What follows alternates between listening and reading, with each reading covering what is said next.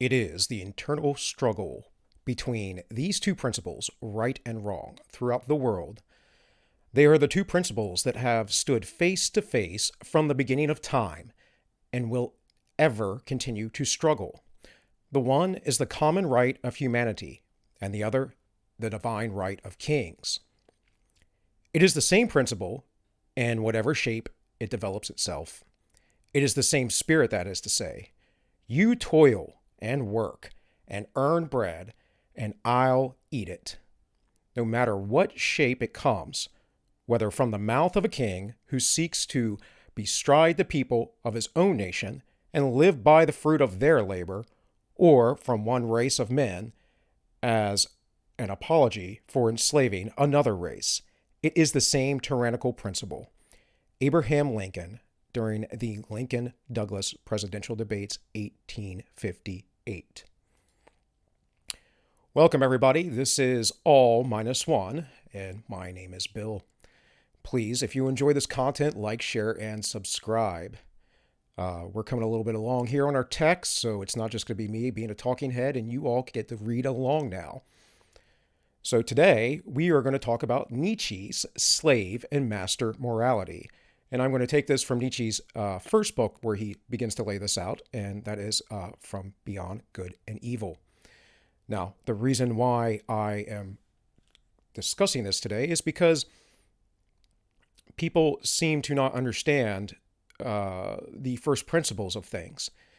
And either you are your own master or you are a slave. And Nietzsche was a very jaded person, very cynical. And I would even suggest he was a bit of an elitist himself. Of course, he was very ill and eventually went insane and died. At the same time, he was quite a genius, and regardless of what you may believe or think about his philosophies or his ideas, there is very important subject matter in there. There is very important concepts, and he was able to predict the horrors of the 21st century and also the coming of nihilism.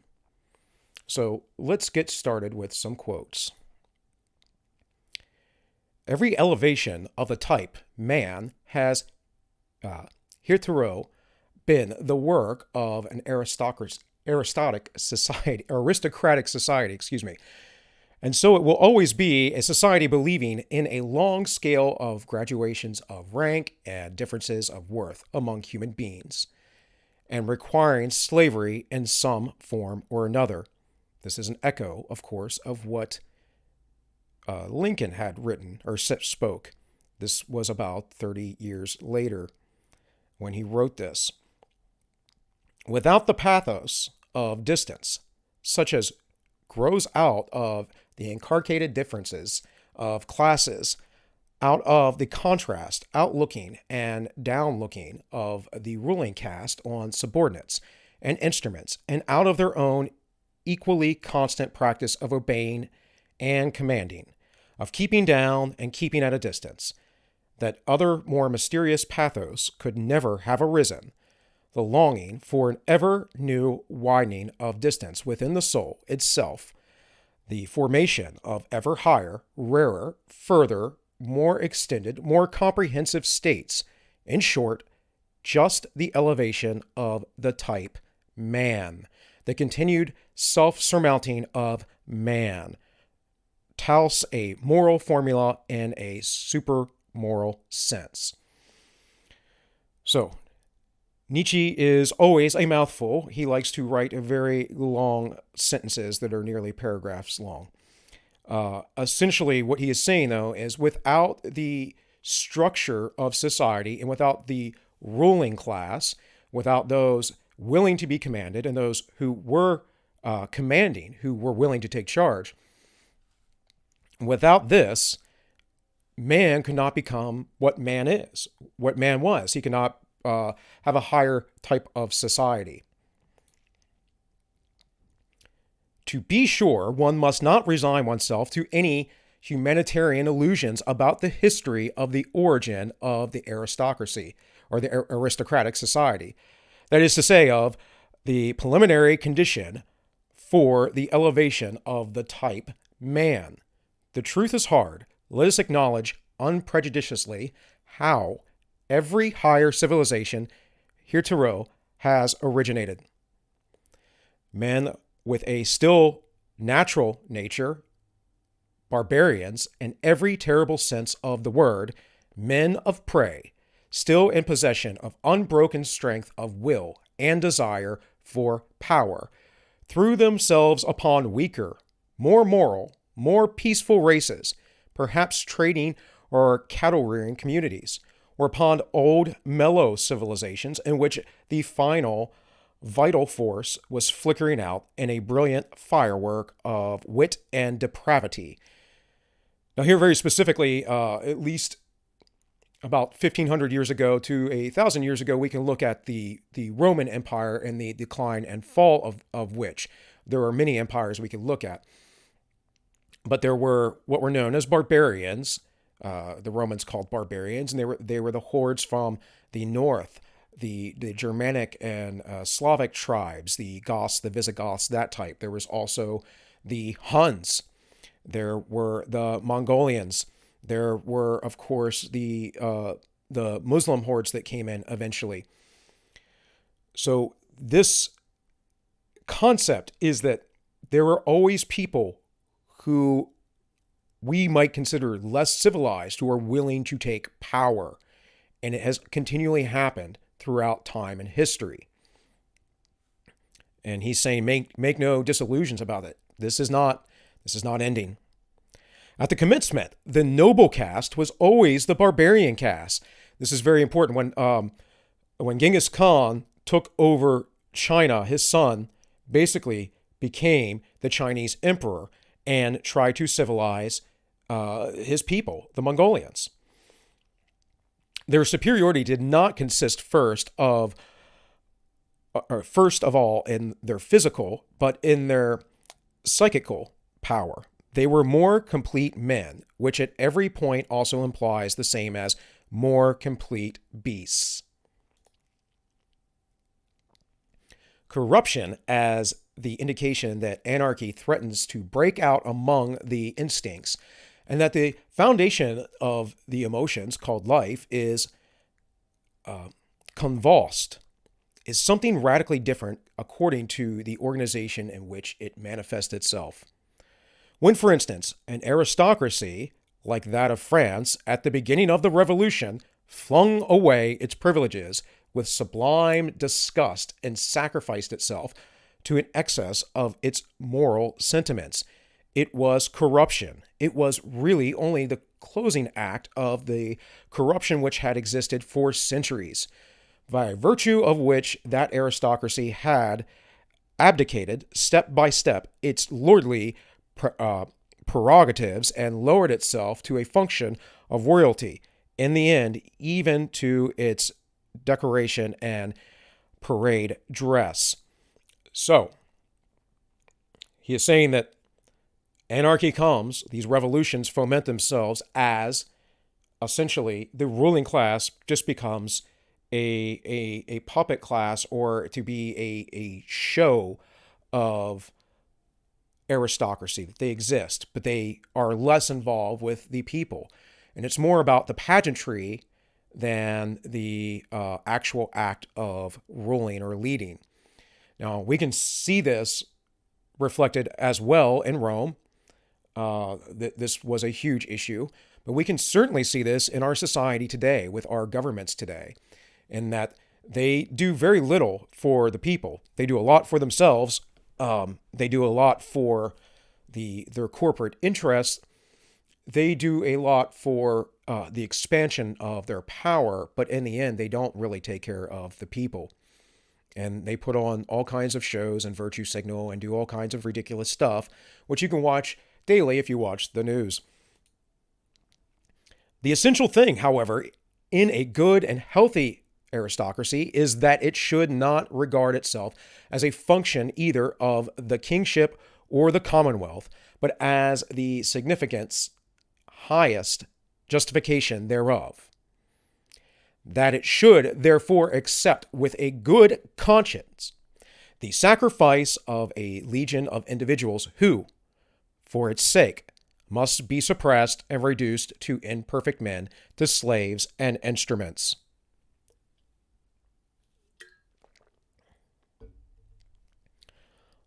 So, what he is essentially saying is if the aristocracy does not hold its power and is not willing to use force against its people, it cannot suppress the people that may overthrow it. And as these things happen, as these revolts happen, there becomes a period of chaos. I spoke about this before, the Dark Ages. It happens. It's a historical fact. It happens time and time again. Now, we have a more advanced society. It may not be as terrible as in the past, but it is very hard to say. One thing that our ruling class has done for a long time is prop up funny banking practices. We don't listen to our constitutionally directed banking practices of gold and silver. We have a fiat currency. Because of that, we have this continual massive debt. I believe, if I'm not mistaken, we were about $20 trillion in debt at the end of the Obama presidency. And now, under Trump, with this whole COVID crisis and bailouts and corporate bailouts and small business loans and everything else, trying to prop all this stuff up, I believe we are at 28 or 29 trillion just in 4 years. This exponential growth will fail and our money will be valueless. The only thing that props up our money right now, as it's tied to oil, it's the only real commodity, as that oil is traded in dollars, and the fact that it's considered the global currency. But make no mistake that a power like China can quickly become the global currency, especially considering that the global government system, such as the UN and the WHO and the World Bank and other organizations of the like, all are very much in line and pro-China. Also realize all the corporations that they see this giant market of 1 billion people in China. So those corporations will continue to prop up China, but it will not be for your own good. Its fundamental belief must be precisely that society is not allowed to exist for its own sake, but only as a foundation and a scaffolding by means of which a select class of beings may be able to elevate themselves in their higher duties, and in general to a higher existence, like those sun-seeking climbing plants in Java. They are called Matador, which encircle the oaks so long and so often with their arms, until at last, high above it, but supported by it, they can unfold their tops in the open light and exhibit their happiness. So again, he's making the point, without these structures, without the use of force of government, which is the only thing that government really is, it is the collective force of the society. Without that, then people cannot reach their highest potentials. Why? Why is that? That is because without the structure, we would have to essentially fend for ourselves. We would have to have disputes amongst ourselves, and we would have to, basically be always on the watch or worry for those who would come and take. Now, when I was younger, I was slightly utopian, and the idea, I believed to some degree, of anarcho-capitalism, the idea that all things could be done privately, essentially. I am not such a utopian now. I'm older. I played with that idea for a few years, and I realized, especially reading a lot of psychology and philosophy, the nature of humankind. Human beings are both good and evil, but they are, more than anything, egocentric. They are me first. So with that, there needs to be a structure to mediate between your neighbor and yourself. And in a just society, that structure should be small. and it should be effective. What Nietzsche is talking about here is societies not placing that in order or having that well controlled. To refrain mutually from injury, from violence, from exploitation, and put one's will on a par with that of others, this may result in a certain rough sense in good conduct among individuals when the necessary conditions are given, namely, the actual similarity of the individuals in amount of force and degree of worth, and their correlation within one organization. So this is essentially what I just said. As soon, however, as one wished to take this principle more generally, and if possible, even as the fundamental principle of society, it would immediately disclose what it really is, namely, a will to the denial of life, a principle of dissolution and decay. Here one must think profoundly to the very basis and resist all sentimental weakness. Life itself is essentially appropriation, injury, conquest of the strange and weak, suppression, severity, obtrusion of particular forms, incorporation, and at the last, putting it mildest, exploitation. But why should one forever use precisely even these words on which for ages a disparaging purpose has been stamped? He's saying, why would I use these words? Appropriation and exploitation is very interesting because this is what the postmodernists, the neo-Marxists, like to bring up. The third wave feminists, the intersectionalists, those people, the SJWs. Instead of understanding that this is life, they themselves are embracing it. They deny that they embrace it, but they are embracing it in order to bring about their own power and structure of society. But when you understand, again, these first principles, these basic things of nature, of life, of human society, when you understand this, you can see this for what it clearly is. It is nothing more than their want and need for power. And they look at everything through the lens of power. And they believe, because they are somehow historically victims because of ancestry or whatever has happened in the past, instead of looking to themselves, they have to look outside and say, well, this is how things have been to my family and my life and my society. So therefore, I deserve to take vengeance. And they just want to exploit and appropriate themselves. There's nothing more to this. Back to the text here. On no point, however, is the ordinary consciousness of Europeans more unwilling to be corrected than on this matter. People now rave everywhere, even under the guise of science, about coming conditions of society in which the exploiting character is to be absent.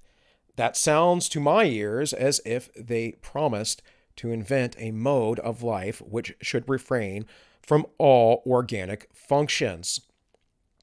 Exploitation does not belong to a depraved or imperfect and primitive society. It belongs to the nature of the living being as a primary organic function. It is a consequence of the intrinsic will to power, which is precisely the will to life. Granting that as a theory, this is a novelty. As a reality, it is the fundamental fact of all history. Let us be so far honest towards ourselves. So Nietzsche was writing this in the 1880s. It was in the height of the Industrial Revolution and modernity. Very much so, people were very quickly in the West were becoming quite wealthy. The middle class was growing. Even the lower class became more able to have better goods and housing and things that they didn't have in the past. And with that, the aristocracy, if you would, the upper class or the middle class, began to embrace these Enlightenment ideas. And part of that is the idea of the blank slate, and somehow that nature did not quite exist in humankind. Now, Hobbes rejected this, but his full thesis is not complete either. Obviously, Rousseau believed in the noble savage, and that idea was very popular. But Nietzsche was much more cynical, much more skeptical, much more pessimistic about the world. And it's one of the reasons why he is studied, because he was kind of you could say a light in the darkness, although he would really be darkness in the light of the world at the time. Because the people in the world were approaching things very naively. And Nietzsche was saying, wait a minute, this is actually how things work. And we need to take a good look at this. So that would bring us to the master versus slave morality. Now, the quotes I'm about to read to you would make you believe that Nietzsche thought that only the aristocracy were the just people, which in part you could say he did. But he also believed that this was more of an individual thing. And he believed in a sort of synthesis between these two things, or that at least it existed in some societies. And there's actually a quote coming up that will state that. So let's get to this text. I found certain traits reoccurring regularly together and connected with one another until finally two primary types revealed themselves to me, and the radical distinction was brought to light. There is a master morality and a slave morality. I would at once add, however, that in all higher and mixed civilizations, there are also attempts at the reconciliation of the two moralities. But one finds still oftener the confusion and mutual misunderstanding of them. Indeed, sometimes their close juxtaposition, even in the same man within one's soul. So, exactly what I just said, right? That we find this within ourselves. And we're just going to read some quotes. I believe this mainly starts off with the master morality. The distinction of moral values have either originated in a ruling caste, pleasantly conscious of being different from the ruled, or among the ruled class, the slaves, the dependents of all sorts. In the first case, when it is the rulers who determine the conception good, it is the exalted, proud disposition which is recognized as the distinguishing feature, and that which determines the order of rank. Now, again, this master versus slave morality, if we go back to the original quote that I brought up of Lincoln saying that these things are a spirit of first truth. This isn't the same, of course, as true slavery, as owning another human being. But if you lived during the Middle Ages and you were a serf, you were essentially owned. And in Eastern Europe, the Slavic people, the word where we get the original word of these people, Slavic means word or language, but in English it's where we get our word slave, because they were such highly prized slaves. They were caught and traded all the time. It wasn't until I think it was Nicholas the Great. I may be mistaken about that, but it wasn't until about the 17th or 18th century that slavery was outlawed in Russia. And even then, there was just a serf class. And that serf class could basically be bought and sold as well, except for they just came with their land. You had to buy their land with them.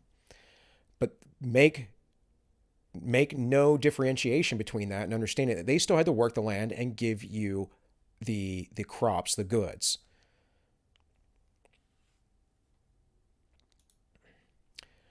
The noble type of man separates from himself the beings in whom the opposite is exalted, proud, dispositions display itself. He despises them.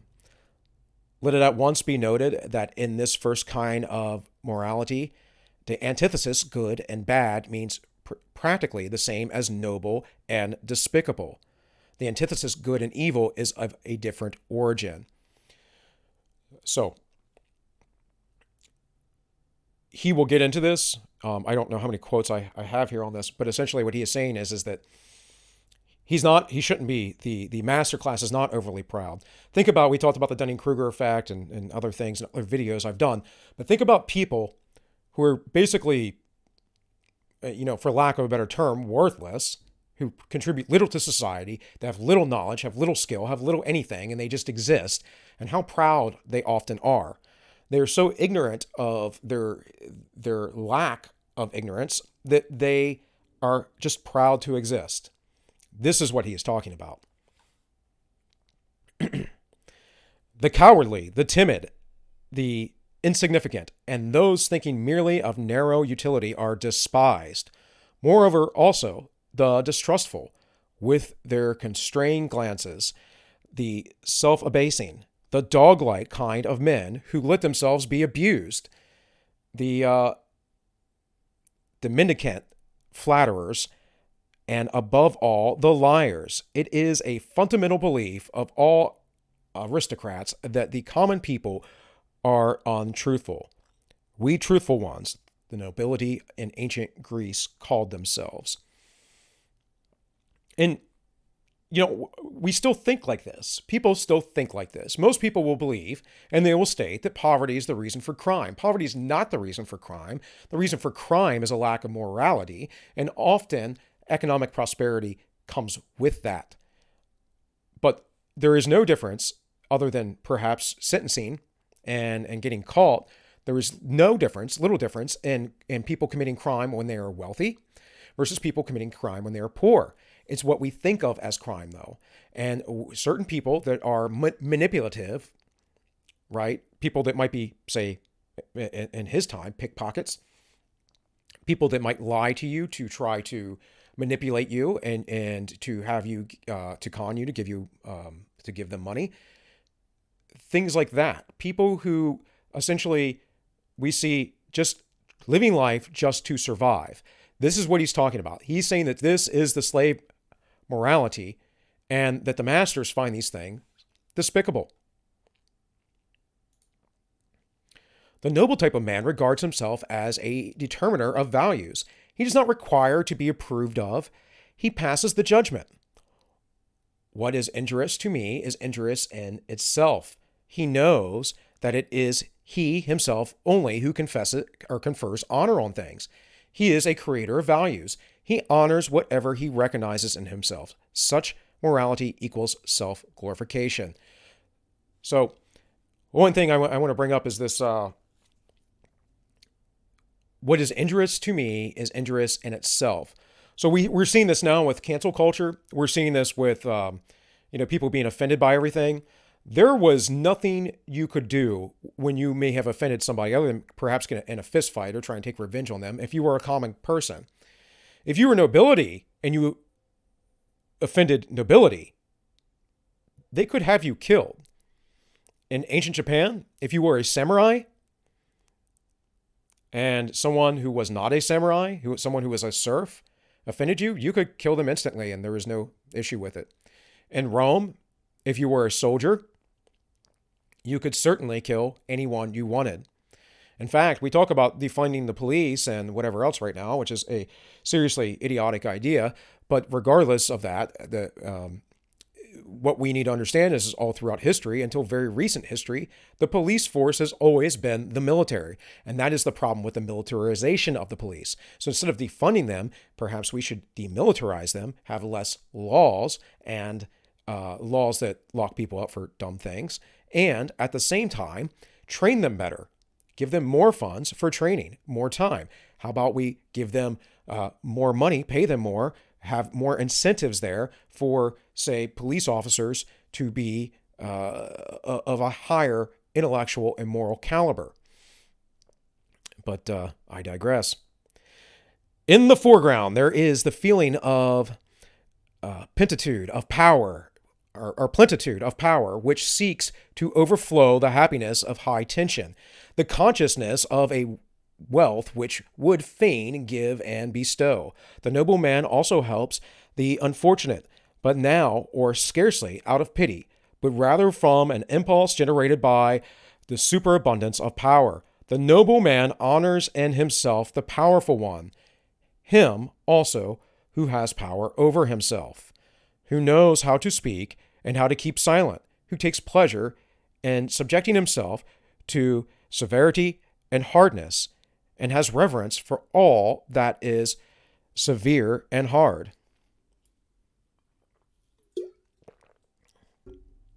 So I happen to agree with Nietzsche on this point because what he's talking about is discipline.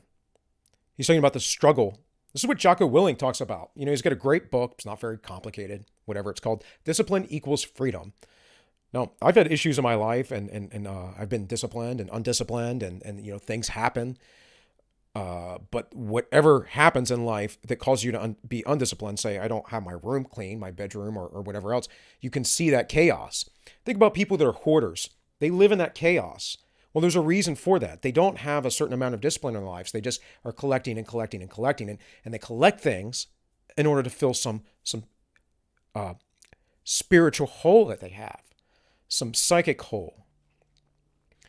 And so someone who is noble in Nietzsche's mind is someone who disciplines themselves, someone who places high value on themselves and is essentially harsh with themselves. The profound reverence for age and for tradition, all laws rest on this double reverence, the belief and prejudice and favor of our ancestors and unfavorable to newcomers, is typically in the morality of the powerful. And if, reversely, men of modern ideas believe almost instinctively in progress and the future and are more and more lacking in respect for old age, the ignoble origin of these ideas has complacently betrayed itself thereby. So it is this push of progressivism, this push of immorality, this push of debauchery, of libertinism, which is all from the left, by the way. You won't see this on anyone who would say that they are right-leaning. You won't see this on a moderate. And I'm talking about the far left. But it's like the story of Dorian Gray, right? It's this idea that he gets to be young and live forever, this crazy, debaucherous life. But in his painting, he is this withered, old, decrepit soul. And that's what this does to you. Without having discipline, without respecting our ancestors. It doesn't mean that there aren't course corrections. It doesn't mean that we can't advance society. But let's face it, people, it isn't the governments that have done that. It is technology that has advanced society more than anything. Now, there have been philosophers, of course, and there are religious conceptions and revelations that come about. But it is simply a matter of technology and within a society like the West, and we actually see this around the world, the implementation of free trade and property rights that allow people to live better lives. That was not a common thing in most of the world for most of all of human history. A morality of the ruling class, however, is more especially foreign and irritating to present-day taste in the sternness of its principles, that one has duties only to one's equals, that one may act towards beings of a lower rank, towards all that is foreign, just as seems good to one, or as the heart desires, and in any case, beyond good and evil. It is here that sympathy and similar sentiments can have a place. The ability and the obligation to exercise prolonged gratitude and prolonged revenge, both only within the circle of equals, artfulness and retaliation, refinement of the idea in friendship, a certain necessity to have enemies as outlets for the emotions of envy, quarrelsomeness, arrogance, in fact, in order to be a good friend. All these are typical characteristics of the noble morality, which, as has been pointed out, is not the morality of modern ideas, and is therefore at present difficult to realize and also to unearth and disclose. Now, I don't really agree with this whole idea of being quarrelsome and envious and all these other things that he said, arrogance.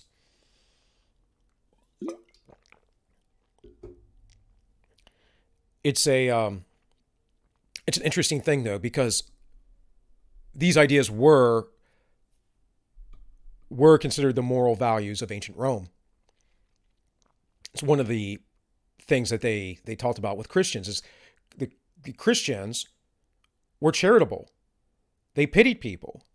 They did things that Romans just thought was absurd.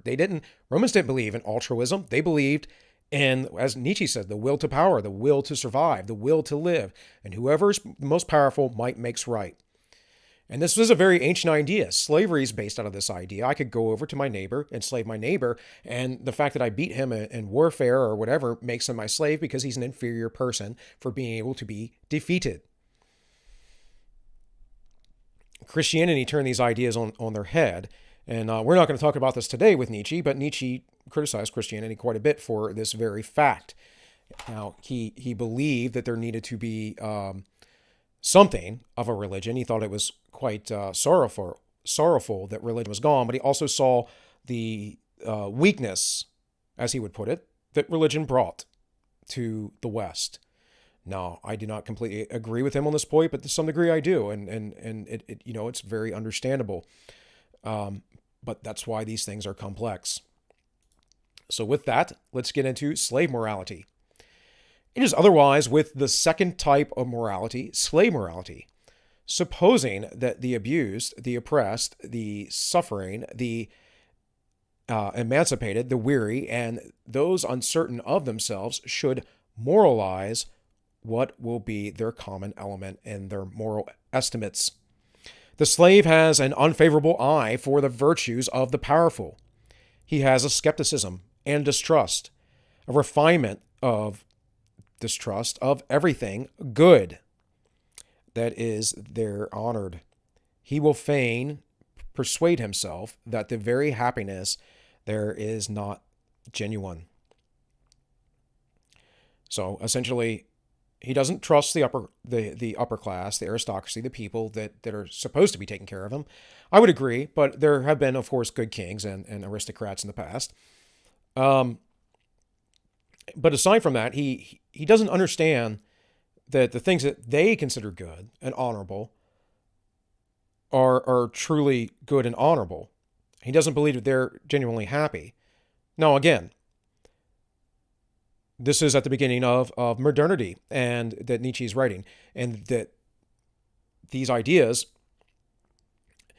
at the time, except for maybe in a place like America, or England, where essentially the Industrial Revolution had been taking off, these ideas were being presented amongst people who were wretchedly poor and had been forever, the majority of society, in fact. So you have to look at it from that perspective. On the other hand, those qualities which serve to alleviate the existence of suffering are brought into prominence and flooded with light.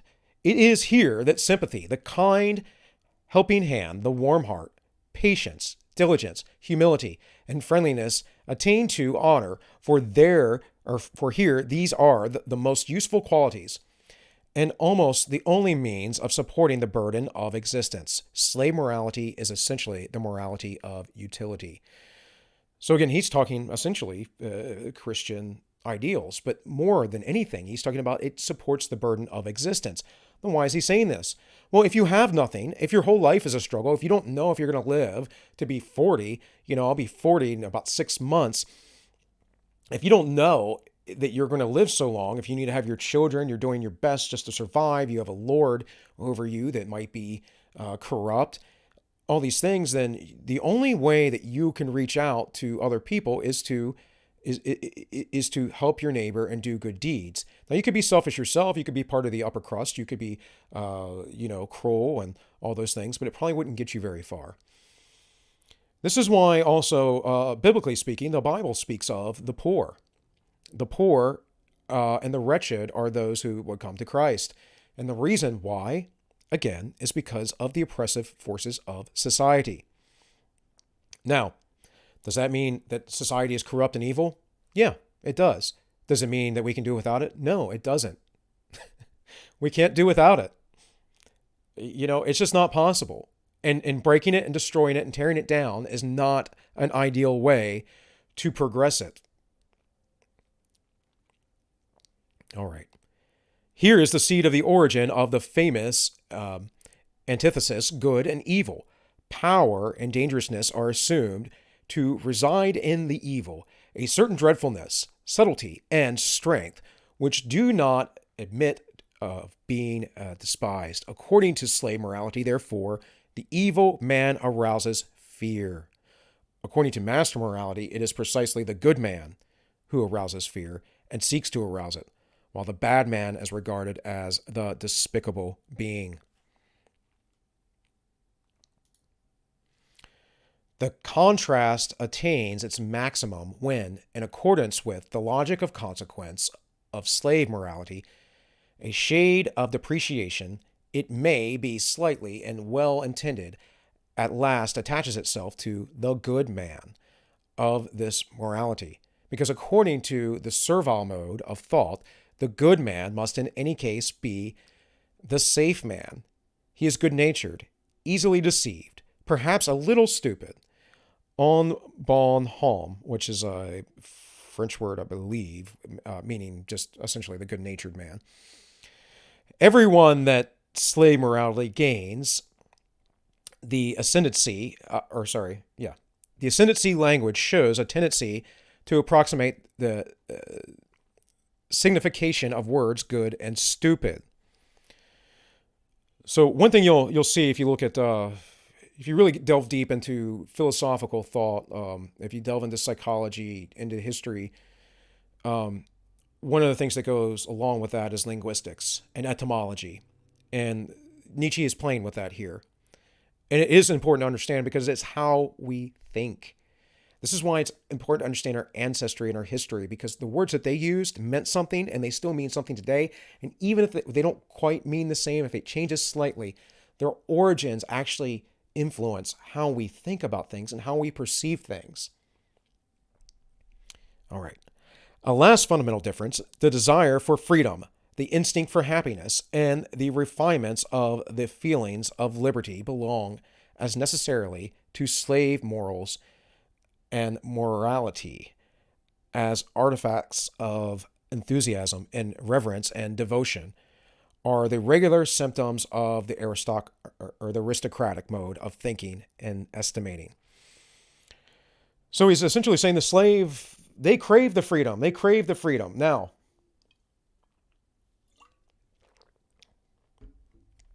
I'm a liberty-minded person.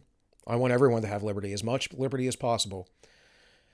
But when he is talking about liberty here, he's not just talking about being free and on your own, free without a ruler. He's talking about the kind of liberty that has no discipline, the kind of liberty that has no responsibility, the kind of liberty that leads to libertinism, to this debaucherous state, the state of existing where you have no purpose or meaning in life. And when you have no purpose or meaning, and you have some wealth, like in our society, even people who would be considered poor, objectively poor by our standards, not poor by world standards, of course, they often will turn to things to give them meaning that is destructive. So maybe an excess of sexual activity, maybe drugs or alcohol, maybe gambling, maybe they're, I'm not trying to criticize anybody. I watch the UFC, but maybe they're really into sports, so much so that they read nothing of the sort, watch nothing of any value that, uplifts them or makes them think deeper. But yet they know every person's on the roster. They know every stat. They know all the history of this sport or that sport. It used to amuse me in my old job with people like that. And again, I'm not poo-pooing on these people. I'm just saying that, there are deeper things to life than cake and circus. And those things are more or less things of distraction. It's okay to be distracted every now and again. It's another thing to be immersed or engrossed by these things to keep you from seeing what's going on in the world.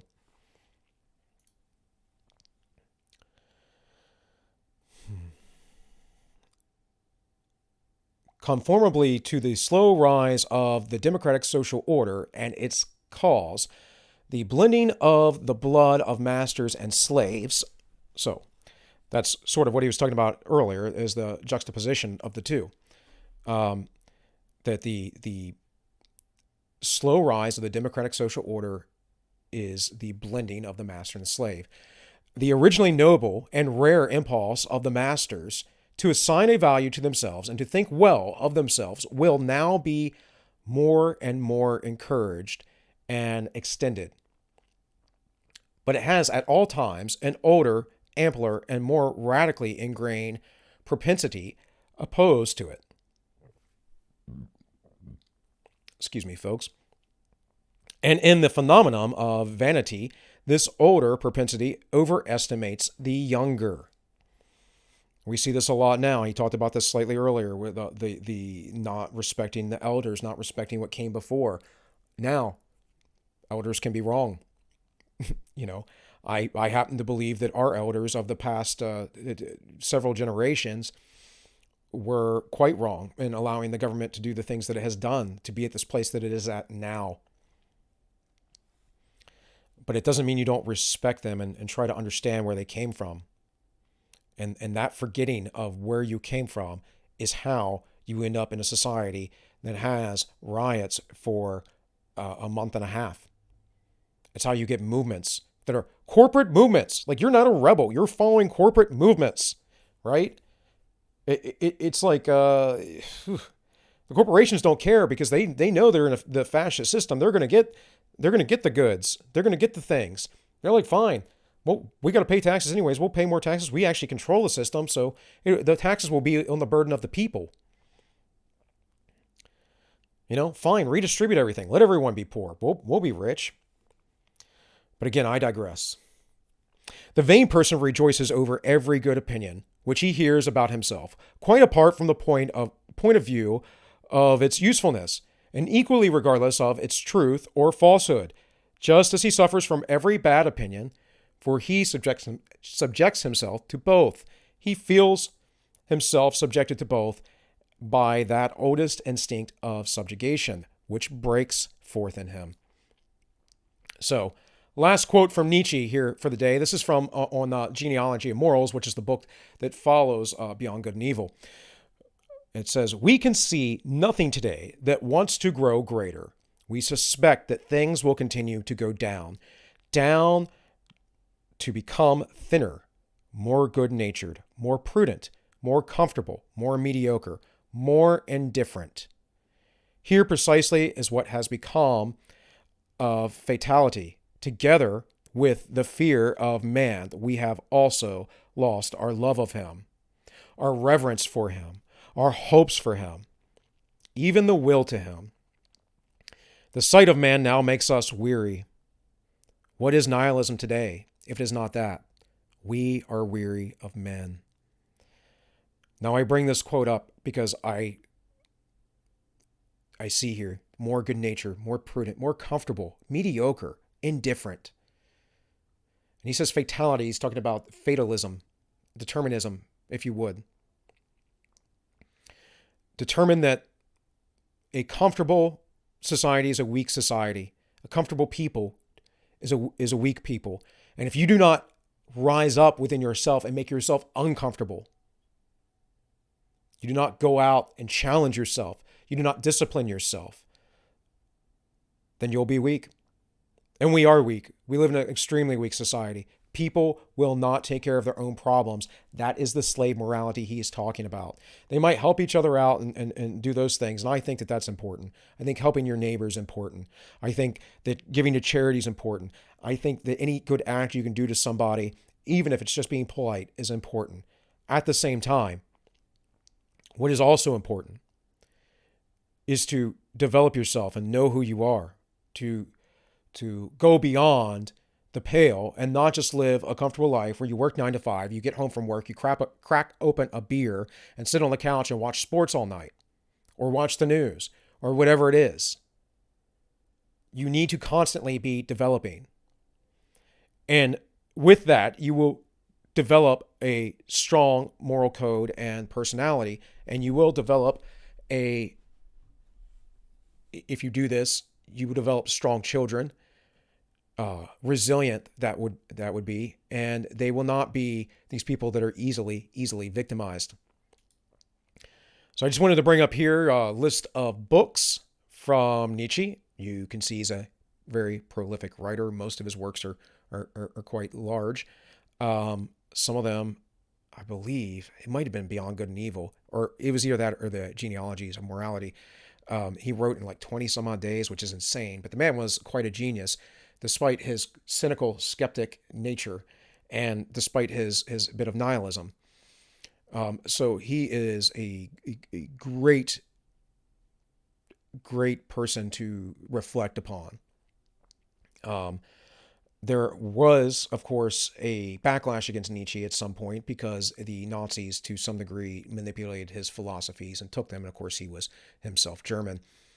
But with all that said, you should decide for yourself, and you should not neglect ideologies or thoughts that are counter to your own. That is another way that you become resilient. I own a copy of the Communist Manifesto. I've read many communist works. I read Jacobin on occasion, the socialist uh, uh, magazine. And I do that because I want to know. I want to know what these people think. I want to know where they're at. And you should too. And you certainly should. So, with all that said, please like, share, and subscribe. And this has been AllMinucOne.